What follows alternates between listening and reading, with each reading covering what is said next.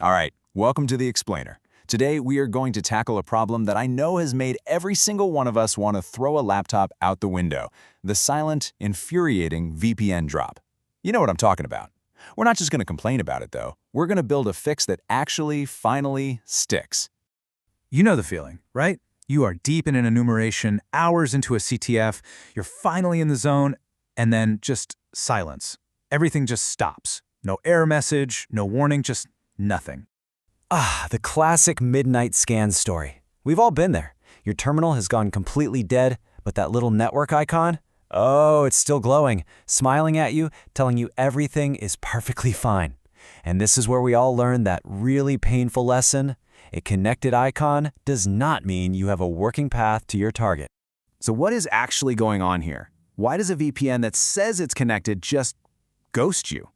Let's dig in and solve this mystery so you can get back to focusing on what matters, not fighting with your tools. Okay, first things first. We have to stop guessing. Our feelings, our vibes about what might be wrong, they're useless here. We need facts.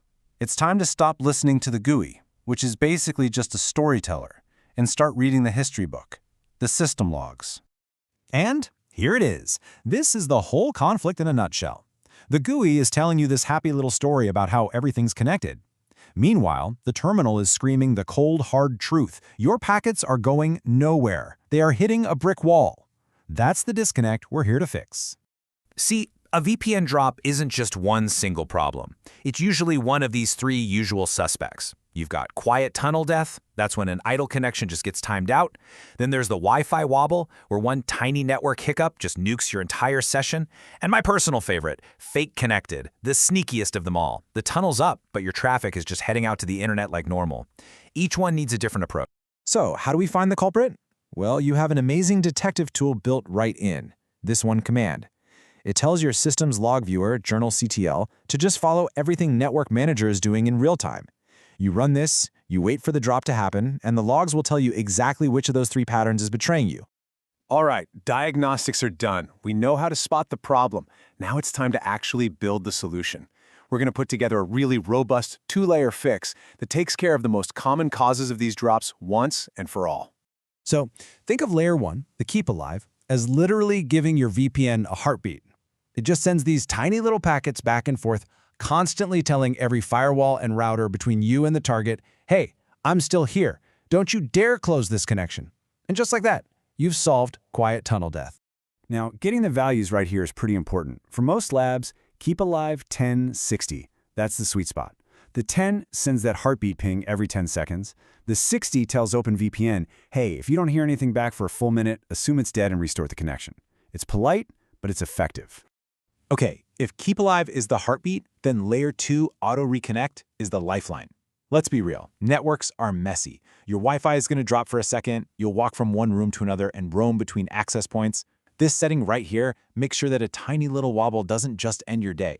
It pulls the connection back from the brink, all by itself. Now, you might be thinking, can I just go tick a box in the GUI? And yeah, you could, but we're not going to do that.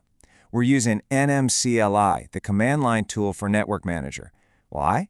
Because this makes the change to the core profile. It's a permanent fix.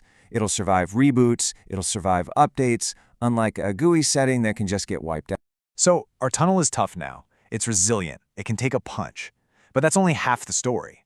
A super stable tunnel is totally useless if your traffic isn't actually going through it. So now we have to harden the path and kill that fake connected state for good. Seriously, you have to ask yourself, where is my traffic really going? A connected VPN means nothing if your routing table is sending packets out your regular internet connection, or if your DNS queries are leaking to your ISP. These checks are absolutely critical. You gotta make sure your routes are right and that you're using the lab's DNS servers, period. And now, for the best part. We've built the fix, we've hardened the path, but we are not just gonna assume it works. Oh no. We are going to prove it works with a simple, repeatable torture test. And this right here is our whole philosophy for this. We're done with guesswork, and I think it's working. We are moving into the realm of certainty. A fix is not a fix until you can prove it holds up under pressure. So here's how you do it. It is so simple. You pop open 3 terminals, one watching your logs, one watching your network routes, and one with a simple ping running. You connect your VPN. Then you deliberately break it. Just toggle your Wi-Fi off for a second, then turn it back on. And then you just watch. Watch as that 2-layer fix we built jumps into action and heals itself. And that is what success looks like. It isn't you frantically trying to reconnect and restart your scans. No. Success is you leaning back in your chair and watching the logs, the routes, and the pings all just come back to life on their own. That's a resilient connection. That lets you stay in the zone.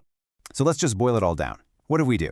We gave it a heartbeat with keepalive. We gave it a lifeline with auto reconnect, and we created a proof loop to validate that connected actually means working. That's it. That's the whole strategy for a connection you never have to think about again. 15 minutes. That is how long it's going to take you to do all of this, to implement the fix and run the torture test. 15 minutes right now to save yourself from hours and hours of future frustration, lost work, and having to start scans all over again.